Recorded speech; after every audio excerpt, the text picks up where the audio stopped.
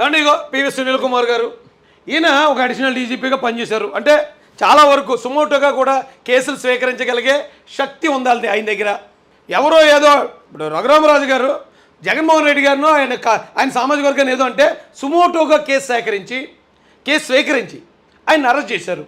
అంటే సుమోటోగా కేసు స్వీకరించే అధికారం సునీల్ కుమార్ గారి ఉంది. మరి సునీల్ కుమార్ గారు ఇప్పుడు తోప్ తురుం ఖాన్ ఆయన ఒక దళిత నాయకుడు, బలమైన నాయకుడు అంటున్నారు. అప్పుడు ఇతను ఎవరండి? ఇతను తోట త్రిమూర్తుల మీద శిరోముండం కేసు 20 సంవత్సరాల నుంచి ఉంది. ఈయన అడిషనల్ డీజీపీ అయ్యాడు. మరి దాని గురించి ఆ తోట త్రిమూర్తుల గారి మీద మరి ఏమైనా చర్యలు తీసుకున్నాడా అండి? అలాగే ఈయన హయాంలోకి వచ్చాకే ఇతను ఎవరు? జక్కంపూడి రాజా శిరోముండనం చేశాడు దళిత యువకుడికి. శిరోముండనం చేస్తే అతనే చేయించడని అందరికీ తెలుసు. రాష్ట్రపతి కూడా లేఖ రాసింది. మరి దాన్ని సుమోటోగా ఎందుకు స్వీకరించలేదు పివి సునీల్ కుమార్ గారు? చెర్ల జగ్గిరెడ్డి అంబేద్కర్ గారిని అవమానించడమే కాకుండా అడిగినందుకు 18 మందిని జైల్లో పెట్టించాడు. మరి అప్పుడు రేపు తప్పుడు కేసు ఎలా పెడతారు, అంబేద్కర్ని ఎలాగ అవమానిస్తారని చెప్పి సుమోటోగా సునీల్ కుమార్ గారు జగ్గిరెడ్డి మీద వాళ్ళ అనుచరులైన రెడ్ల మీద కనుక కేసు నమోదు చేశారా? చేసుంటే నిజమే బలమైన దళిత నాయకుడు, మనందరం కూడా గొడ్డలు చింపేసుకుందాం. ఓకే. తర్వాత అనంతబాబు డోర్ డెలివరీ చేశాడు డెడ్ బాడీని. ఆయన మీద పోలీసులు చర్యలు తీసుకునేదాకా కనీసం ఒక్క స్టేట్మెంట్ అన్నా ఈయన కానీ ఈయన సంస్థ సభ్యులు కానీ ఇచ్చారా? దోరంపూడి చంద్రశేఖర్ రెడ్డి అక్కడ కాకినాడలో మిషనరీ హౌస్లు కబ్జా చేస్తూ ఉంటే కనీసం సునీల్ కుమార్ గారు ఒక కానిస్టేబుల్ను సిఐడి కానిస్టేబుల్ని అక్కడికి పంపించాడా? డాక్టర్ సుధాకర్ గారిని ఎవరో నర్సీపట్నం ఎమ్మెల్యే అనుకుంటా, ఆయన అంత దారుణంగా హింసించి పిచ్చోని చేసి చంపేశాడు. కనీసం పివి సునీల్ కుమార్ గారు సుమోటోగా అక్కడ ఏమైనా కేసు స్వీకరించాడా? కిరణ్ కుమార్ని చంపింది ఎవరు? ఓ పోలీస్ ఇన్స్పెక్టర్ కాదా, ఒక ఎస్ఐ కాదా? కనీసం దానిలో పివి సునీల్ కుమార్ అని స్పందించి ఆయన మీద ఏమన్నా మర్డర్ కేసు కట్టించాడా? కనీసం డిస్మిస్ చేయించాడా? కనీసం సస్పెండ్ చేయించాడా? ఈ అందరికీ తెలిసిన వైరల్ అయిన పెద్ద పెద్ద విషయాలు ఇవి కాకుండా ఇంకా చాలా ఉన్నాయి. ఇప్పుడు ఈయన దళిత నాయకుడు, దళిత పోరాట యోధుడు అయినప్పుడు ఆయన చేతిలో సుమోటోగా కేసు స్వీకరించే అధికారం ఉన్నప్పుడు మీరు అందరి మీద ఎందుకు చేయలేదు? ఎవరి మీద చేశాడు కేసులు? ఆయన ఎవరిని జైల్లో పెట్టాడు, ఎవరిని హింసించాడు అంటే రఘురామరాజు గారిని హింసించాడు. ఎవరు రఘురామరాజు గారు? రఘురామరాజు గారు ఏమైనా దళితులకు శిరోముండం చేయించాడా? దళితుల ఆస్తులు ఏమైనా లాక్కున్నాడా? లేకపోతే దళితుని ఏమైనా చంపేసి డెడ్ బాడీ డోర్ డెలివరీ చేశాడా? ఏం చేశాడని రఘురామరాజు గారిని ఆయన పుట్టినరోజు సందర్భంగా ఒకసారి పాయింట్ నోట్ చేయండి. ఆ రోజు ఆయన బర్త్డే పూట వాళ్ళ ఫ్యామిలీ, భార్య, పిల్లలు, పెద్దలు అందరూ కూడా అక్కడ ఎంతో సంతోషంగా ఉండే సమయంలో ఆయన అరెస్ట్ చేయడమే కాకుండా ఆయన తీసుకొచ్చి కాళ్ళన్నీ కమిలిపోయేలాగా, చిన్నప్పటి నుంచి ఒక దెబ్బ కూడా పడిన వ్యక్తులు ఇప్పుడు కులాలు పక్కనెట్టండిరా, కులం ఉన్నాడనేసి ఎవడైనా మన కులం వాడైతే రేపులు చేసినా మర్డర్లు చేసినా మనమే సమర్థించాం. ఆయన వైపు న్యాయం ఉంటే ఖచ్చితంగా నిలబడాలి. ఎందుకు రఘురామరాజు గారు ఆయన శత్రువు అయ్యాడండి? రఘురామరాజు గారు ఎవరిని తిట్టాడు? జగన్మోహన్ రెడ్డిని ప్రశ్నించాడు, జగన్మోహన్ రెడ్డిని ఎదుర్కొన్నాడు. జగన్మోహన్ రెడ్డి సామాజిక వర్గానికి చెందిన కొంతమంది, అందరు రెడ్లని కూడా కాదు, కొద్దిమంది రెడ్లని ఆయన ఎదుర్కోవడం జరిగింది. అంటే రెడ్లను ఎదుర్కొంటే ఆయన కోపం వచ్చేది సునీల్ కుమార్ గారికి. రెడ్లను ఏమని అనకూడదు, జగన్మోహన్ రెడ్డి మీద ఈగ వాలకూడదు.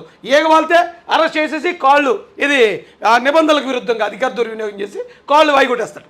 ఇక్కడ దళితులను చంపేస్తున్నా మాట్లాడు, అంబేద్కర్కి అవమానం జరుగుతున్నా మాట్లాడు, దళితులకు శిరోమండనాలు చేసినా మాట్లాడు. ఎలా దళిత నాయకుడు అండి? మీకు విషయం తెలుసా? రాజేష్ పివి సునీల్ కుమార్ సపోర్ట్ చేస్తాను అంటున్నాడు. రాజేష్ అంతా, రాజేష్ స్థాయి అంతా, రాజేష్ ఏం చేయగలడు అనుకుంటున్నారు. ఈ రోజున పివి సునీల్ కుమార్ గారికి ఇంత అన్యాయం జరిగినా ఎవడు మాట్లాడలేదు. కానీ రాజేష్ మాసాన్ని అరెస్ట్ చేసినప్పుడు కొన్ని వందల వేల మంది రియాక్ట్ అయ్యారు. దానికి కారణం ఏంటి తెలుసా? సింపుల్గా ఎక్కడ చూపించినాయే, త్రిమూర్తుల మీద మేము ఫైట్ చేస్తాం.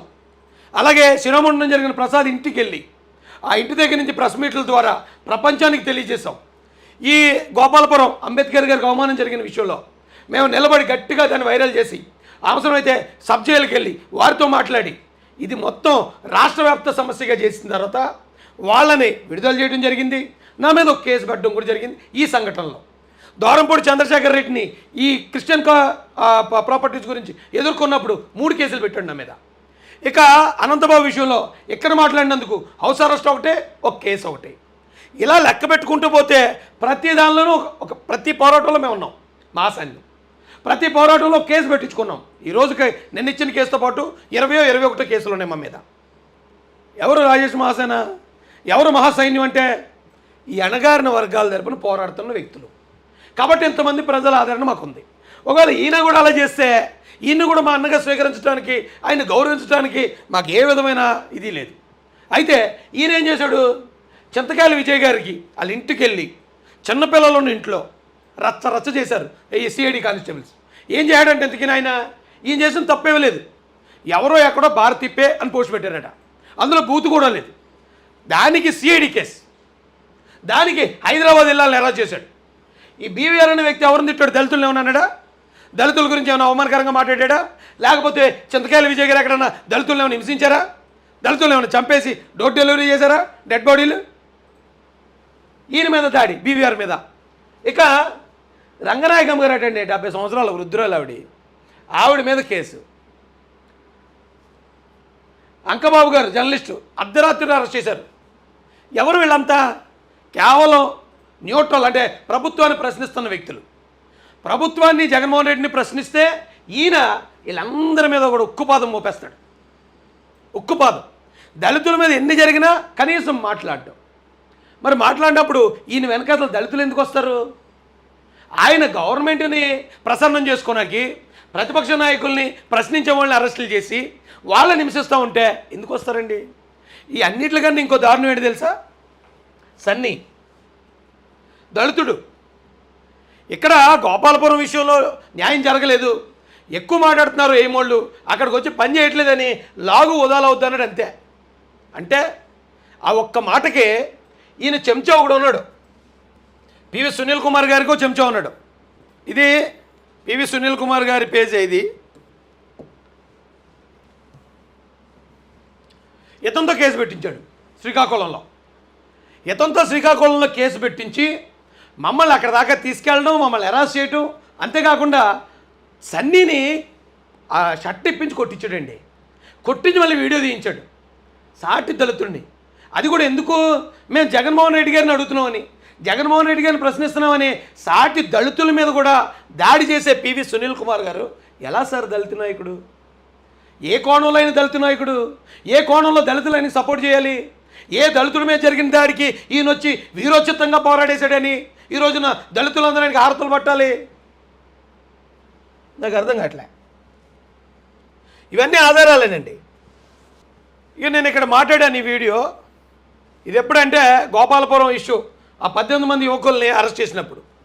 అలాగే ఈ రాష్ట్రంలో అంబేద్కర్ ఇండియా మిషన్ పేరుతో ఒక అడిషనల్ డిఐజీ గారు దళితుల కోసం మేము ఉన్నాం, మేము పనిచేస్తామని చెప్పి వారు కూడా ముందుకొచ్చి పనిచేస్తున్నారు.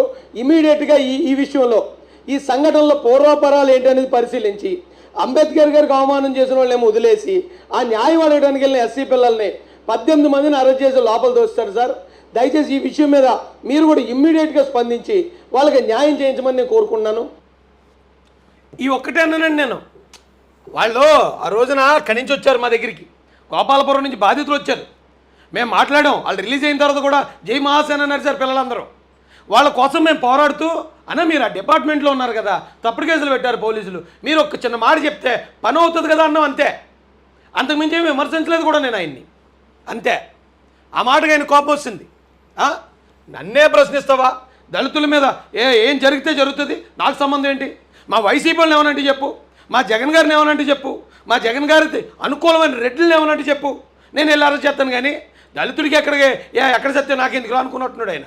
అనుకుని చూడండి ఒకసారి. సిఐ గారు ఆయన సీట్ ఇట్లుంటుంది, ఆ వెనకాల కటాన్స్ ఉన్నాయి. నాకు తెలిసి అది రెగ్యులర్గా వాళ్ళు ఇంట్రాగేషన్ కోసం వాడతారేమో, రూమ్ తెలియదు. దాని వెనకాలకి తీసుకొని పోయిండాను. రండి ఫోటో తీయాలన్నట్టు పిలిచిండు. నేను వెనకకి వెళ్ళి అక్కడ నిల్చున్నాక స్టార్ట్ చేసిండండి. అబ్బా, అసలు నా లైఫ్లో నేను అసొంటి మాటలు అయితే నా లైఫ్లో వినలే నేను. అరే తెలంగాణ లంజోడక, మేము చేసే పట్టుకు మీరు బతుకుతుండ్రురా, మేము మా పుణ్యాన మీరు బతుకుతుర్రా లంజోడకులారా, మాదిగా లంజోడక. అప్పటి వరకు నన్ను గౌరవించండి. ఎందుకనంటే నాకు సబ్ క్యాస్ట్ అడిగిండు. అక్కడ చెప్తాం కదండి, మామూలుగా మీరు ఎస్సీ మాదిగనా మాలానా అని అంటే మాదిగనా అని అంటే అప్పుడు కూడా ఒక మాట అన్నాడు, అదేంటి మా సేనలో మొత్తం వాళ్ళు మాలనే ఉంటారు కదా అంటే, లేదు సార్ అందరు ఉంటారు మా దగ్గర, మీది అంటే మా దగ్గర సబ్ క్యాస్ట్ అనేది మా దగ్గర అసలు ఒప్పుకోరు అని చెప్పేసి చెప్పినాం. అక్కడి నుంచి అండి స్టార్ట్.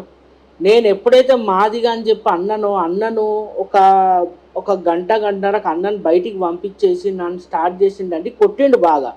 కొట్టి అరే లంజోడక, తెలంగాణ లంజోడక, మేము చేయబట్టి నువ్వు బతుకుతున్నావురా, మేము చేయబట్టి మీ తెలంగాణ వాళ్ళు బతుకుతున్నారు, లేకుంటే మీకు బతుకెక్కడిదిరా. దాని తర్వాత మా అది ప్రతిది ఇంకోటి ఏంటంటే వీడియో అండి. ఇప్పుడు నేను తప్పు చేసినప్పుడు నన్ను కొట్టిండ్రు విన్నావా, అంతవరకు ఓకే. అది వీడియో తీయాల్సిన పని ఏముంది?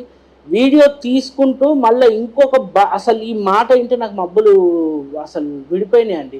అరే లంజోడక, పివి సునీల్ కుమార్ గారికి మాదిగలంటే అసలు పడనే పడదురా, నువ్వు లంజోడక, నువ్వు ఒక మాదిగ లంజోడకు వయ్యుండి నువ్వు ఒక మాల ఆఫీసర్ని నువ్వు ఇంత మాటలు అంటావా? పివి సునీల్ కుమార్ ఎంతమందికి చదువు చెప్పిస్తుంటూ తెలుసారా నీకు? లంజోడక అంటే, సార్ మీరు చదువు చెప్పిస్తుండ్రు సరే సార్, కానీ నన్ను కొట్టమని ఎవరు చెప్పిండ్రు సార్ మీకు? నేను మాట్లాడిన వీడియో నేను తప్పు చేసిన అని చెప్పేసి నేను 3 నిమిషాల్లో వీడియో అయినా. అన్నిటికంటే ముఖ్యమైన విషయం ఏంటంటే, నేను లాగ్ వదలవుతుంది అన్న దాని వీడియోలో నేను లాగ్ వదలవుతుంది అని అన్నా. కానీ అక్కడ తమ్నేళ్ళు వీళ్ళే ఏం క్రియేట్ చేసినంటే బట్టలు కూడా తీస్తా అన్నది తమ్నేల్ వీళ్ళే క్రియేట్ చేసి వీళ్ళే కేసు పెట్టి నా బట్టలన్నీ అక్కడ ఊడదీసి నన్ను వీడియో తీసి నువ్వు ఇది కనుక బయటికి చెప్పుకుంటే ఈ వీడియో బయటికి తీస్తాం. అసలు నిజంగా నాకు మబ్బులు ఎడిపోయినాయి సార్. నాకు నిజంగా నేను మన రఘురామకృష్ణరాజు గారి కన్నా చేసినట్టు నేను నమ్మలేదు అసలు. నేను నిజంగా అసలు మనం సినిమాలల్లే చూస్తాము మనము, కానీ నిజంగా నిన్న లైవ్లో విన్నావా, లైవ్లో నేను నిజంగా అంటే నిన్న నేను మీకు చెప్పకపోతే కూడా కారణం ఏంటి అని అంటే, ఆడ పరిస్థితి చాలా భయంకరంగా ఉంది. అంటే 5:30 వరకు మనల్ని వదులుతారా తెలియదు, అరెస్ట్ చూపిస్తారా కూడా తెలియదు. అక్కడ చెప్తే మళ్ళీ మీరు బస్ట్ అవుతారు అనే ఉద్దేశంతో నేను